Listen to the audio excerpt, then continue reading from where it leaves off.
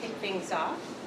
I know a lot of you, and my name is Lucy Dathan. I've been representing Norwalk up in the legislature for 5 sessions now, my 3rd term, and delighted to represent you. It is really an honor and a pleasure to be your voice in Hartford, and I love how people can call me or email me and let me know what's important to them so that I can really be your advocate.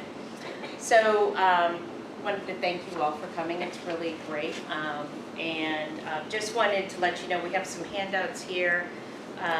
This is actually a really good summary of the key things that we have done this legislative session. I do have, there's some summaries here along with some links to what the public act number is. I will be sharing this electronically on my Facebook page for folks that aren't able to make it. I do have a legislative survey here, and here's all the different ways that you can kind of get in touch with me in the Capitol. And love to hear from you and hear what's important to you. So that's great. For folks that don't know, I sit on 3 committees. I am chair of what's called the Regs Review Committee. It's a bipartisan committee that goes through and looks at how the laws that are being proposed in their state, how the agency plans on implementing them. So usually there's regulations around that. It's actually a very powerful committee, very interesting. We talk about things like ratios for child care providers to children in their care, food regulations, and all these sort of things that you read about in the public acts. My second committee is Human Services. I'm vice chair of the Human Services Committee, and that's a really important committee to me. Been part of it for 5 years now. Really in the committee, we are looking at making sure that people within our social safety net are taken care of, whether they're mostly focused on Medicaid, but also people who are aged and receiving Medicare and nursing home services. Finally, appropriations. I have been vice chair of that committee in the past. This year I'm just a member.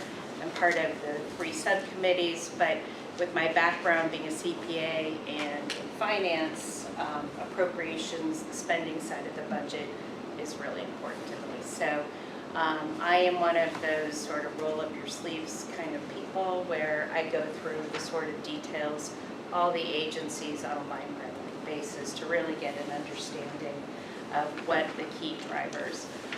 One of the things, hello, welcome. One of the things I noticed when I was starting this whole process is I felt like people in the legislature were very sort of short-sighted, really looking in a reactionary budget mode. And I really believe we need to be more proactive. We need to make sure that the budgets we put together are sustainable, they're fiscally responsible, and that we are able to think longer term and more strategically. So I've been able to do that as part of my role in appropriations. Hello, welcome, please sit down. I'm one of 5 different representatives or senators that we have for Norwalk. We have, of course, Bob Duff, covers all of Norwalk, part of Darien, and then myself in the 142nd, Dominique Johnson in the 137th, which is more, she's 143, excuse me, East Norwalk, and then we have Kadeem Roberts, a little bit of East Norwalk, more sort of central, and then we have Travis Sims, who's SONO, down to the coast, and then we have Tracy Marr, who also represents Darien, as well as sort of part of Rowayton. And I represent West Norwalk, Broad River, Silver Mine, which is where I live, and part of Rowayton. So my district has changed a little bit this year, so I have a couple new constituents in the back that weren't part of my district before, so it's great representing you up in Hartford. So without that, I was just saying to folks, You are always welcome. I have all my contact details there. Please feel free to email me, contact me through Facebook or whatever. Happy to answer questions. I'm actually put together a presentation, just a very sort of high level, just for discussion for us to kind of see, for me to talk about some of the high level things that we did this legislative session. And then please feel free, we're a small enough group, you can ask me any questions, raise your hand, be part of the dialogue, or if you want to hold on to your questions till the end, would love to answer them at that time. So does anybody have any questions before I kick off? Great. Did I forget? All right, and most importantly, I do have to say thank you so much to Malia. She's come all the way down from Manchester. She is my outreach coordinator. She is absolutely phenomenal and just really super thorough. I mean, thought the signs through on the way up and got all the organization of all the materials. So it's really, really appreciative. Thank you. This is kind of some of the things we did. This is not obviously all inclusive. You know, we did a lot in regards to transportation, gun violence prevention, consumer protection, voting rights, support for the IDD community. I'm going to jump in and talk a little bit more about that. Economic development, education, mental health, environmental protection, domestic violence, fiscal responsibility. This is just a high level of what we did. And there is a whole lot more that, you know, maybe didn't stand as much out to me, but a lot of things are included here. So moving on, I'm just going to jump into some of these sections, and I focus a lot, as I talked about, in the budget. And this is our voting board up in the House chamber, and green means yes, and red means no. It says, you know, who voted for what, and this is our state budget. And I am just so proud that we had such a good, strong, bipartisan state budget. And we joined the budget as well as the implementer bill in the same package. So we've seen a good, strong bipartisan budget before, but seeing this strong of a budget package, including an implementer, is incredible. I think it's a real testament that we did some great bipartisan work this year. Just got to reiterate that Connecticut has really continued along its lines of fiscal responsibility, looking at our financial guardrails, ensuring that we have a sustainable budget. For me, that's one of the most important things, so that we don't have to cut services to folks down the way if we have a budget downturn. And also, we really need to be paying down those sort of long-term liabilities that we have. And the budget that we've been doing for the last several years really does that. So that's great. We have what's called a rainy day fund, also called budget reserve fund. It is, in statute, has to be a certain percentage of the general fund, 15%, which is a total of $3.3 billion. And we have that as our savings. So if there is a downturn, so we don't have to raise taxes, we have that, and that will really help us get through any sort of recession that we might face down the way. Again, very bipartisan. I was so happy about that. And then the other thing, tax relief. I'm going to talk a little bit about that in the next slide. I'm so sorry. When was that? That was passed. This was, I think it was like June 2nd. June, right. So now it's. So our fiscal biennium is 2 years. Right. It's July 1 to the 31st of June. So the next fiscal year will be fiscal year 24, starting on July 1st. So this encompasses fiscal year 24 and fiscal year 25. Have they been tracking receipts over the last like 2 or 3 months? Yes. Because so a lot of states have been having, especially in California, where they've had a lot of issues with capital gains. That's really good. Not coming in, and it had prior couple of years. Yep, exactly. How are we doing? Well, so we get monthly results, and we have not just monthly, but they're year to date. So the last ones that I've seen are for May. We were down from where we were a year ago, but overall, we've made up progress in other areas. So we will not quite be as strong as where we were last year, where we finished, but we are ahead of where we had budgeted, if that makes it, which is what's I think important. I think we had not budgeted. So this is going to hold? Yeah, That strong makes sense. volatility.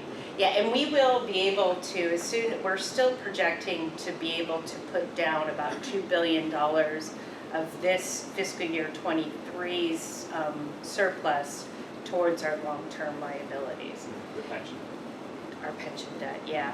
But just one of the things that, reason I'm so supportive of making sure we pay down our pension debt, one, we don't want to, hurt future residents of our state, our children, and those things. Makes us more stable. We get better bond ratings from Moody's and other credit providers, which means we can borrow a lot cheaper going forward, saves us money. But also, we are freeing up debt servicing costs by this whole exercise.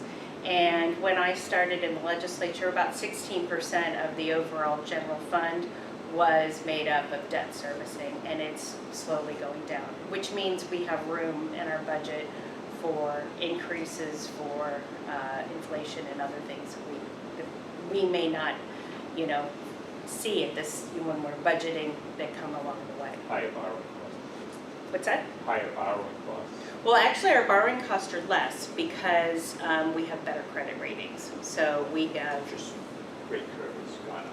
but potentially the rate curve gone up. I'm more thinking about, we contract with a lot of nonprofit providers and other sort of service providers, and they may have inflationary increases, or there could be other cost of materials for roads or whatever could be increasing as well. So great question. I'm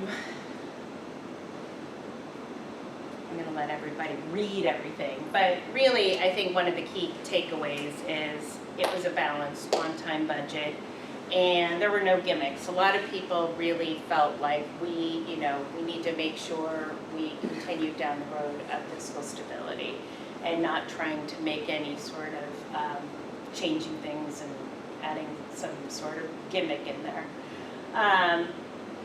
Also really important to me was making sure that we eliminated our federal the reliance on that COVID relief money and making sure that we make it sustainable, which is really important.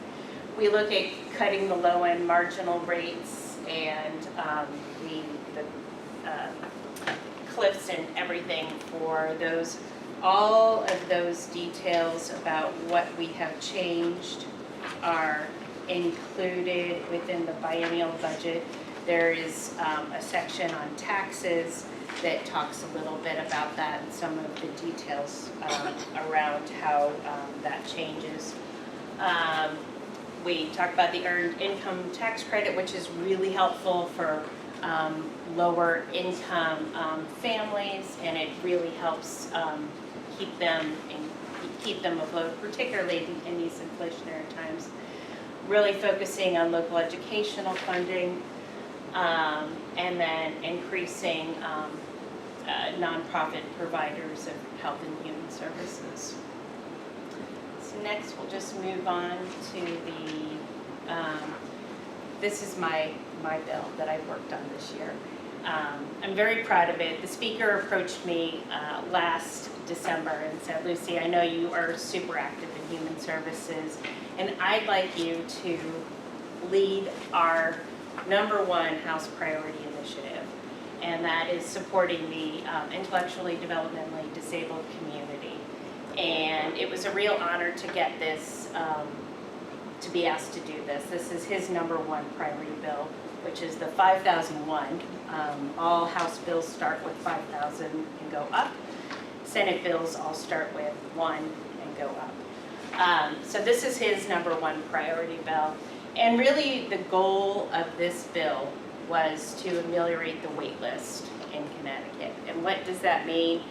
We have folks in our social safety net that are either on the autism spectrum or have developmental IDD issues and working with DDS. We have not invested in this population for many, many years. And unfortunately, as a result of many years of non-investment, our wait lists have grown. And it's really been atrocious, really. And this year, we said we really have to deal with this, and we really want to deal with making sure everybody who needs services gets those services.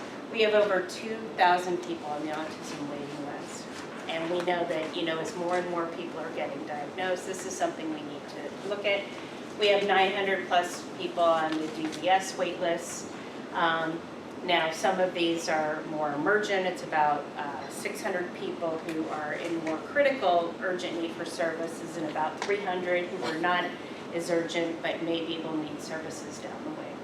But nonetheless, we have to address this. Now, we couldn't do it all within this first fiscal year. And there's a number of reasons being it. Probably the key one, it would cost a lot of money. But number two, we really need the workforce.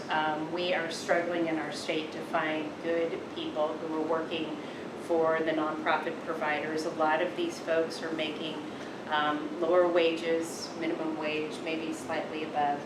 And they're competing with the likes of Amazon and other folks out there who might be paying more and not being able to get as many good people.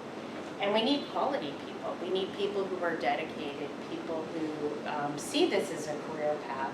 And one of the key things that I wanted to do with this is really say, let's professionalize the workforce around what we're seeing. And so we looked at the bill, we talked to about 15 different committees, and we said, we'd like you to be thinking about what are the things that you can do in your committee to support people in the IDD community.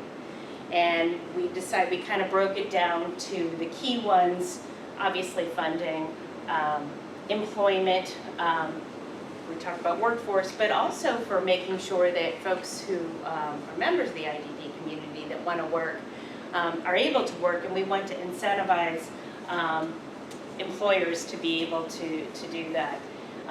Expanding educational services and transitional services for folks who have sort of aged out of that sort of K-12 education, and we offer services till the age of 22.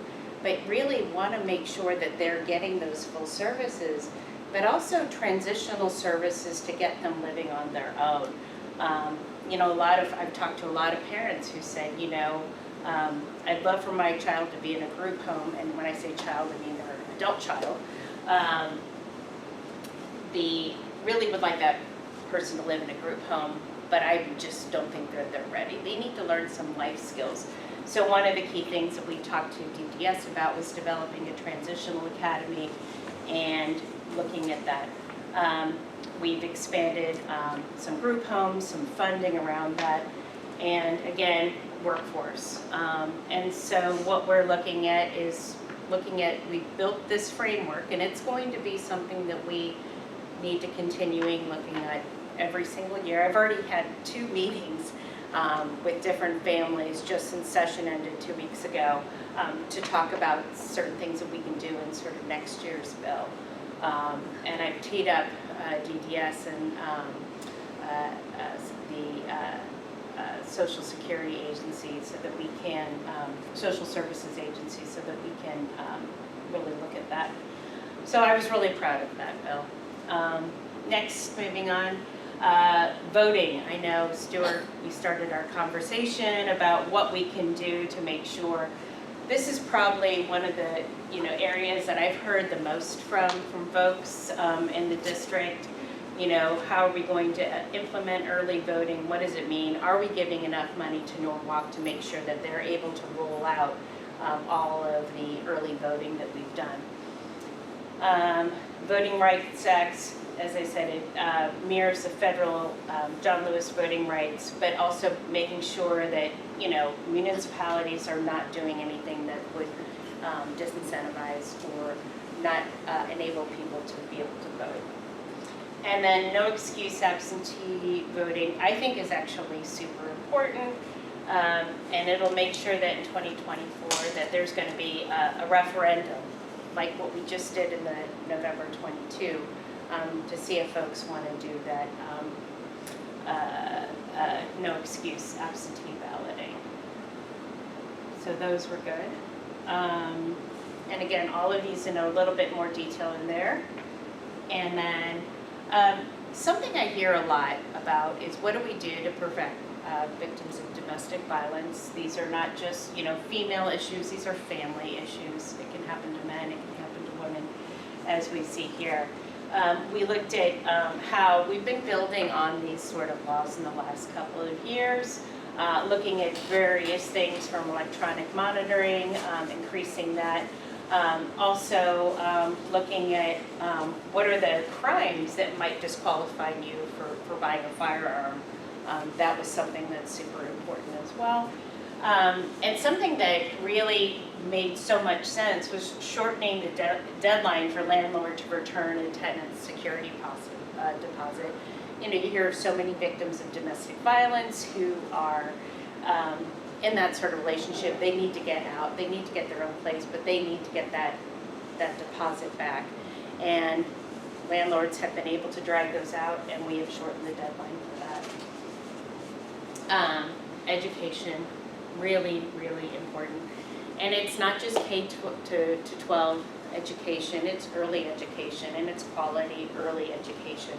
We all see with kids that get in quality daycare, birth to 3 programs, Head Start programs, those sort of great qualities. We have so many here in Norwalk that are fantastic, that just helps these kids as they get onto the elementary school.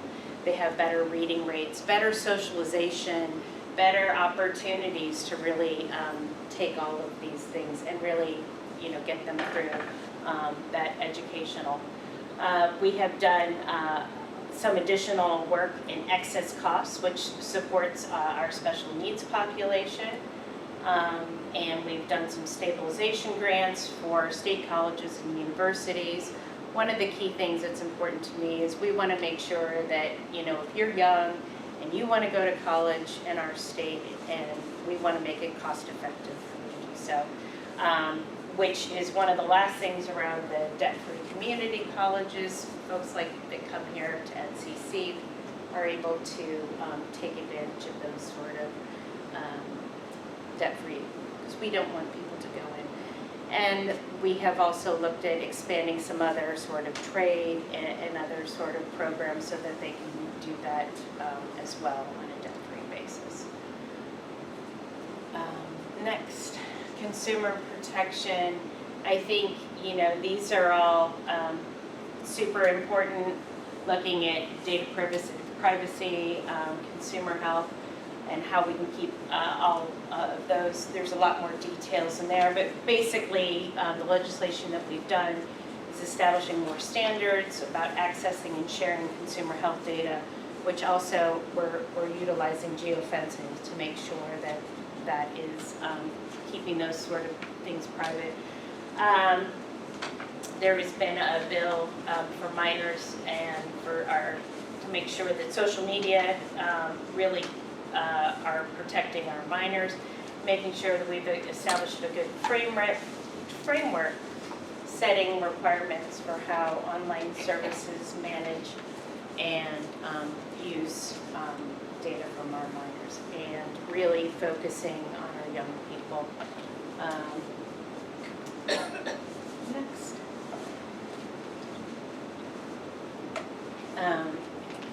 Transportation. Now, I don't sit on transportation, but it's super important. We need to make sure our trains work well.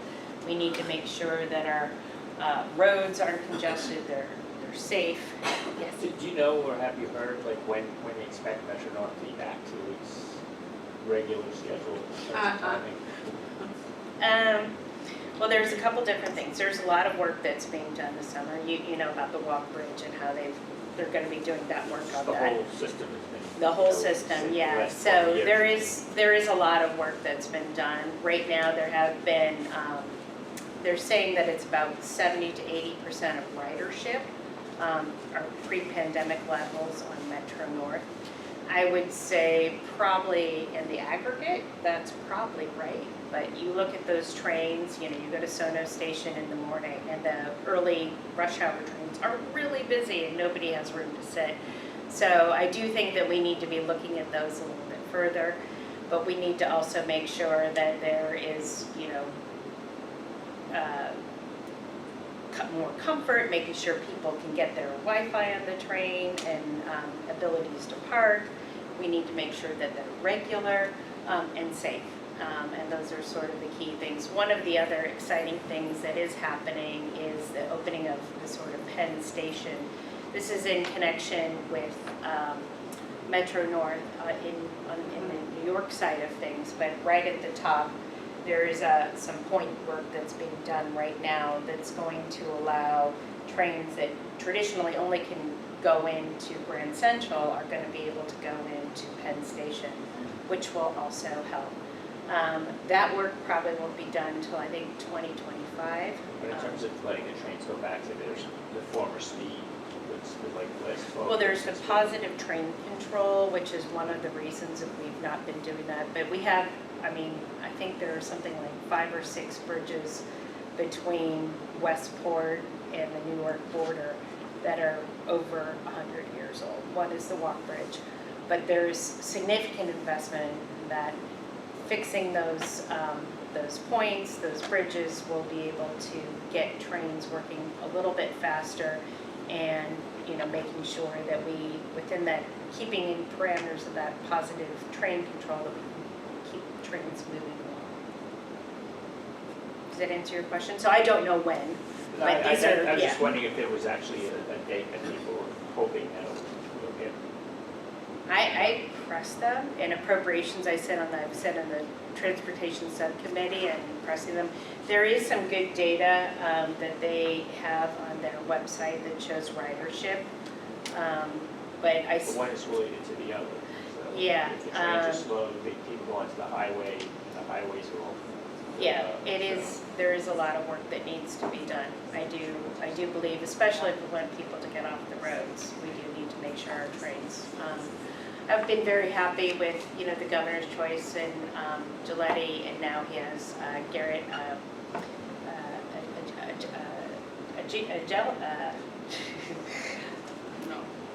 it's like Garrett Agello or something like that. But anyway, he is both Eucalito, sorry. He is very good as well. Both are very committed to making sure that our trains are running really well and running smoothly. Really looking at ridership, because we really want to get people off the roads and onto the trains. But if they don't have a seat, if it's not comfortable, if the times aren't convenient, it doesn't make sense for them. And also cost, how can we expect someone who is, not making a lot of money to be able to, rely on could be potentially more expensive form of transport. One of the things that, just while I'm talking about transportation, we did look at expanding our free bus service for everybody, because it was free for a time in the pandemic. We need to do a study and submit it to the U.S. Department of Transportation to make sure we can tick off all the boxes of doing that. We have put money towards a study, but I don't expect that study to be done for at least 12 months. So I think there's other priorities. Part of my 5001 initiative, and I didn't really talk about it, was looking at transportation needs for folks in the ITD community, whether it's buses or non-medical transport, like to get you to jobs and stuff. So we have put together pilot programs and subsidized programs for those. Carbon dioxide reduction targets. This is really making sure that DOT establishes good targets, sets them in the maximum amount. And I'm sure everyone's has heard in the news about my colleague, Representative Hugh Williams, who was killed earlier in the session. by one wrong-way driver. And so this has been something that folks have been talking about in the legislature for a few years, but I will say with Q staff, we really decided to put some more money towards it. And so we've expanded the installation of systems to alert drivers they're going in the wrong way. And there's been studies that say there's certain entry points that are more dangerous than others. But you will notice that pretty much every sort of exit ramp has some signage, but some of these exit ramps are a little bit more dangerous than others. And so that there's more money and more investment coming in there. Environmental, I will say you said, Lucy, what are your biggest disappointments in the legislature this year? I would say environmentally, that was probably one of my areas. I wanted the solid waste management bill to go a little bit further. I really wanted to make sure that we eliminated some of the more rodenticide and other neonicotinoids that are really harmful for our environment. I felt we could have, done a few other things better in regarding to addressing climate change. Something to work on next time, and I do think we have some work to do. These are some of the things we did. Mira is a trash incineration plant in the Hartford area. Had to be closed because it needed multi-millions of dollars, hundreds of millions of dollars of updated work. So really we had to think of how are we going to address that sort of trash. So it is a huge burden on municipalities, particularly in that area. There is some utility regulation reform, really giving Pura a little bit more control as the regulator on these to make sure that we are keeping control. It really also puts some additional limitations on rate recovery, ensuring that our utility providers aren't, increasing fees for things like, shareholder things, compensation, and other sort of things. A lot of people are calling it Take Back the Grid 2.0. I would say it's probably 1.5. I think we have a little bit more to do. I will say one of the big complaints I hear from people in the district is what's going on with Eversource and the utilities. And it is an issue, and we need to do it. We did some additional diversification, helping, giving sort of updates to the nuclear plants that we have in the state, which really has kept, the lights on, our gas rates, electricity rates lower than they could have been. So there is a lot of work to do there. I don't sit on that committee, but I think it's a really interesting energy and technology committee. Black bears management, I don't know if you've seen on Facebook the cute little bear that's running through the parade route in Avon. Scary. The bear that's eating the cupcakes. And we see it even in some parts of Ridgefield and Fairfield County where these bears are getting habituated. They're getting a bit more brazen. They're coming in. They're not just stealing your bird seed anymore. They are seeing that, they know how to get into your house, and they know where the fridge is, and it's not Yogi Bear. So there is additional management techniques that really is dealing with habituated bears and how we are managing those as a state.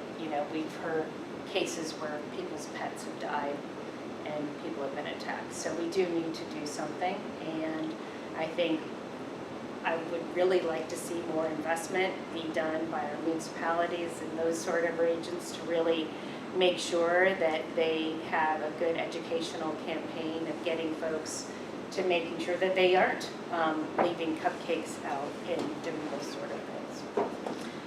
We've increased municipal support for additional PFAS testing and remediation, which is good for all of us to make sure that those forever chemicals are kept out of the drinking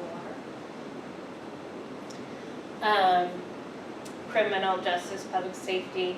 I would say, heard a lot, not as much recently, but in the past, a lot about people who have been, had their catalytic converters stolen. It is an issue.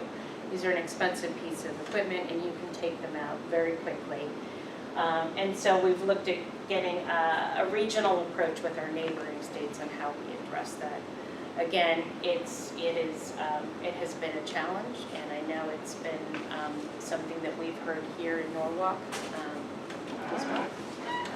Updating gun laws, we've looked at additional gun safety measures, making sure that we adapt measures to avoid mass shootings, closing loopholes on ghost guns, updating background checks, tightening open carry requirements.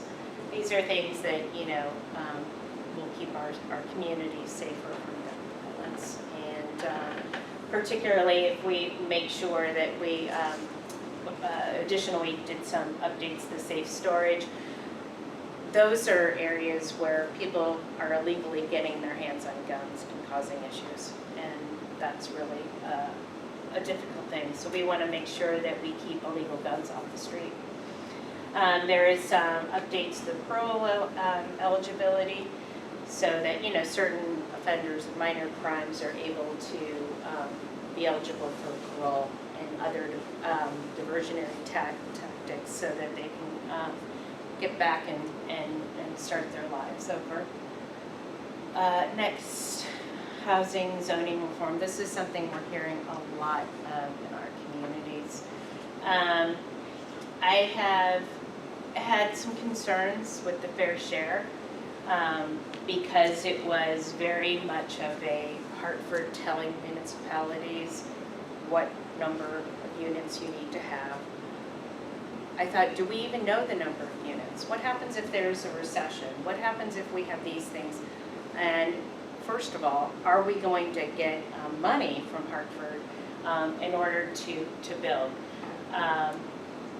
What has come out of our final bill that was passed has been a study. It's not a mandate, but OPM is going to study and determine the methodology used for allocating housing, affordable housing in different municipalities.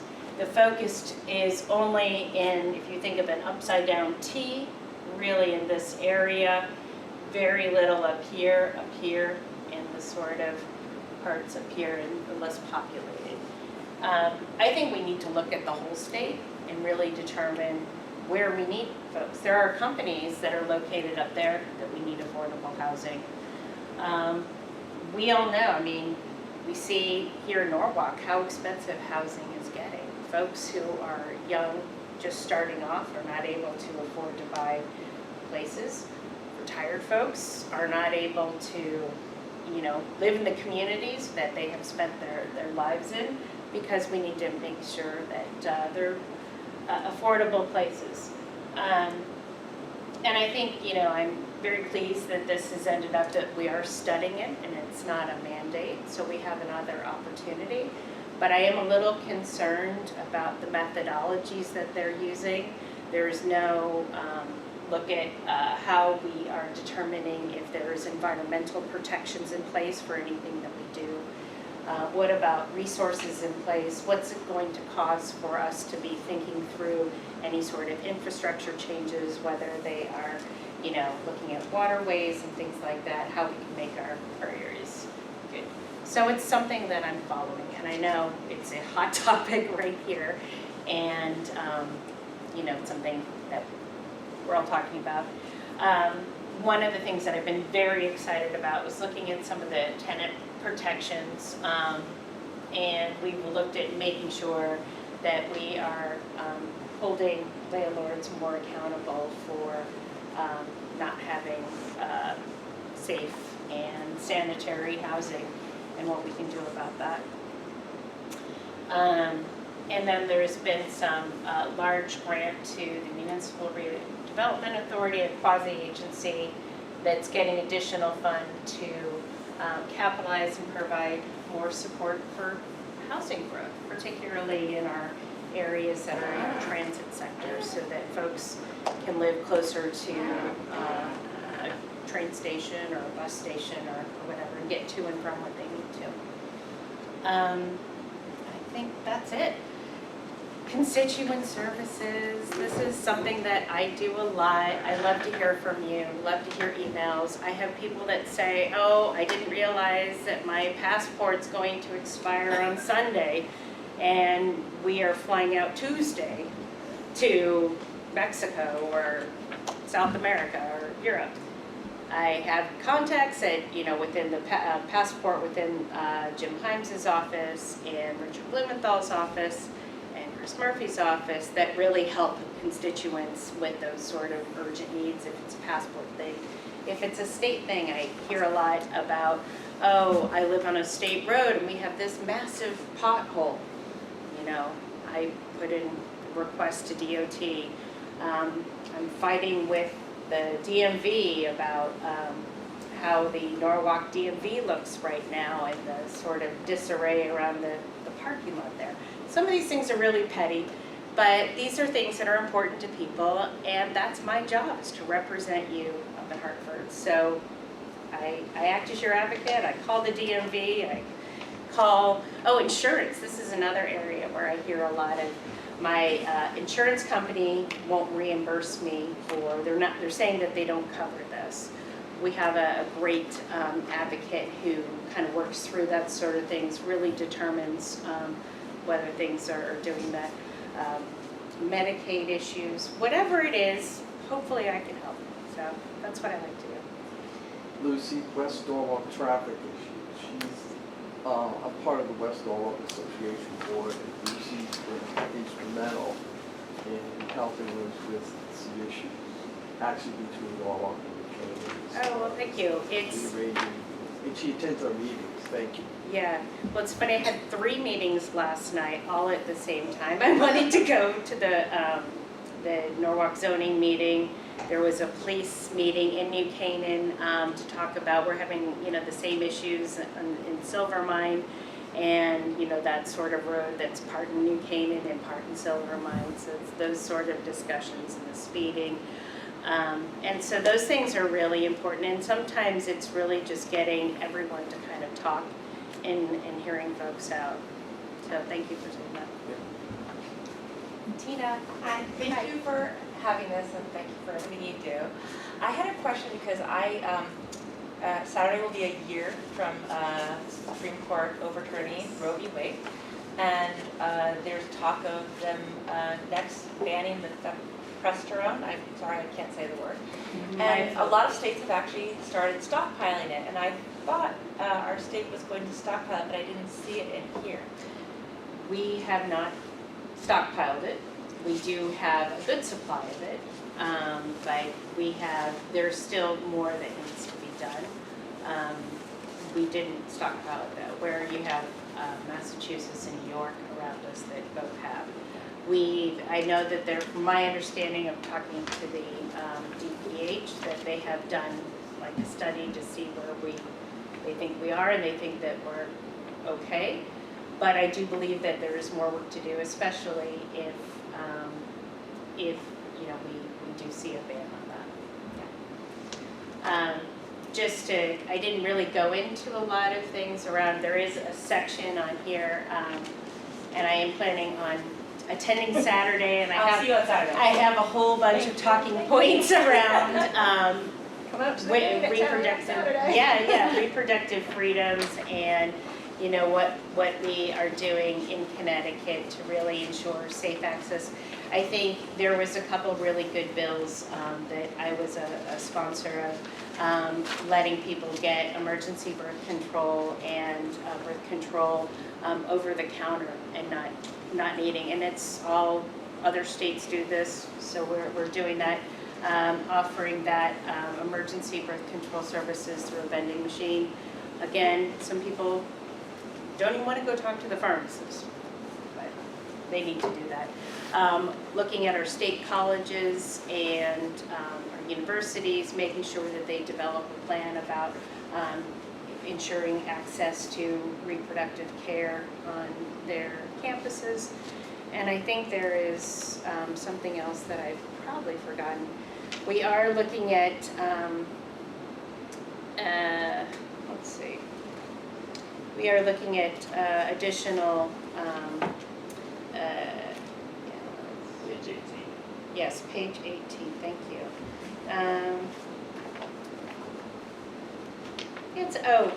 We strengthened some laws to make sure that people who come from out of state that seek reproductive care in their state, that no Connecticut provider will be held in harm's way for providing good care.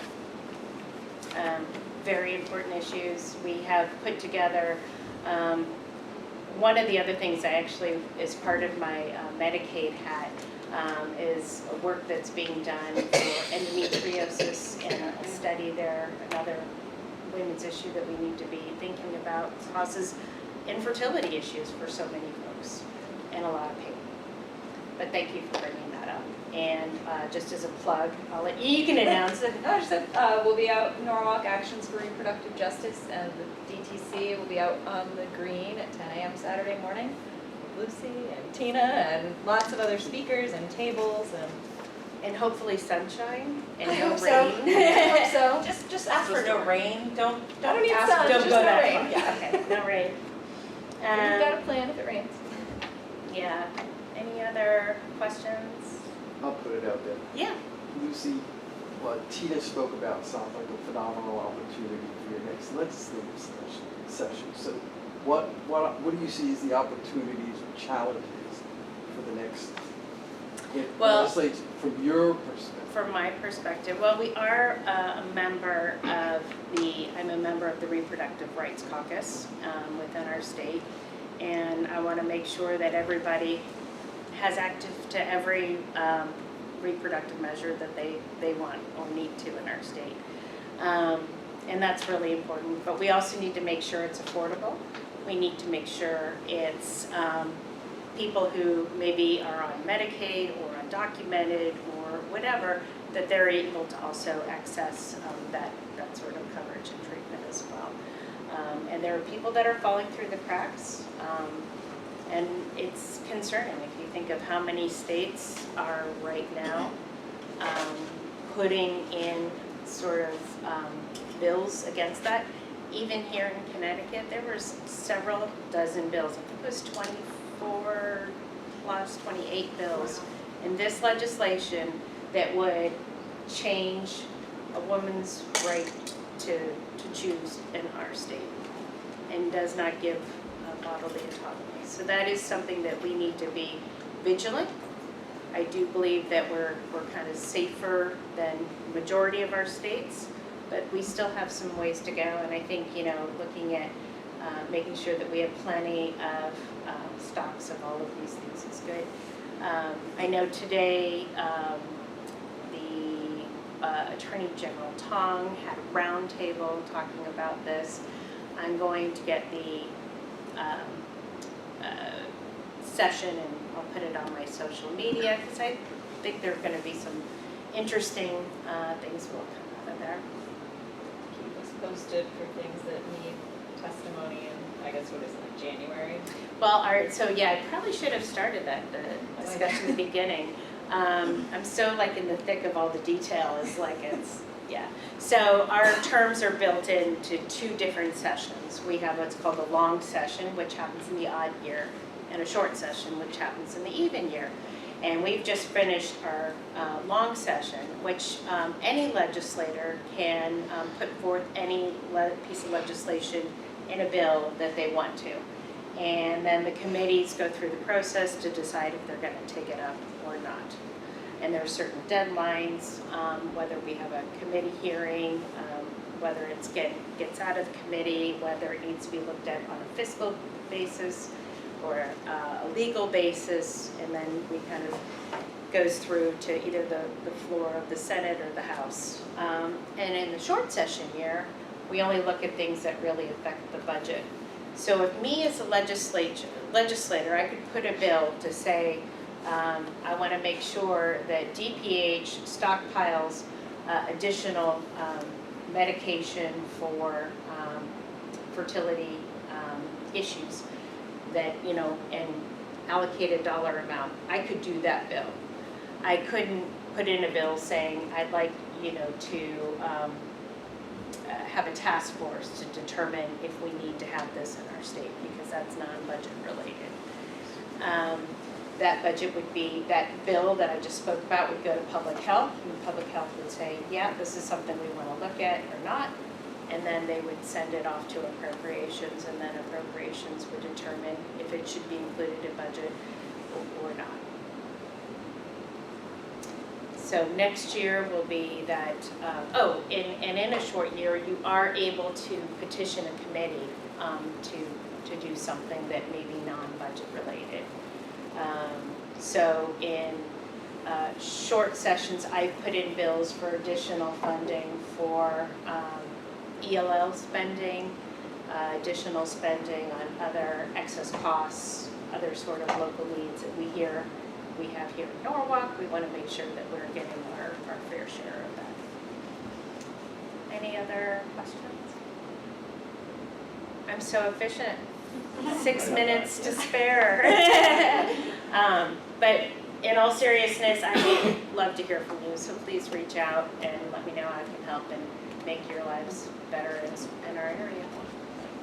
Thanks for coming. Sure, thank you.